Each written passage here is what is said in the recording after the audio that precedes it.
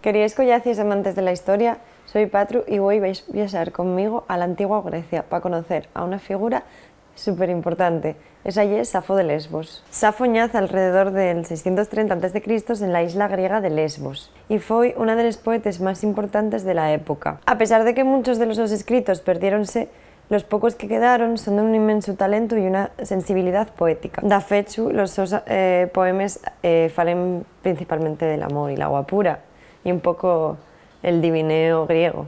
Además, Safo fue pionera en el su tiempo, porque en una era donde las mujeres no tenían ni voz ni voto, ella dedicóse a darles una educación. La importancia de Safo no solo inicia en las obras literarias, sino también en el legado cultural.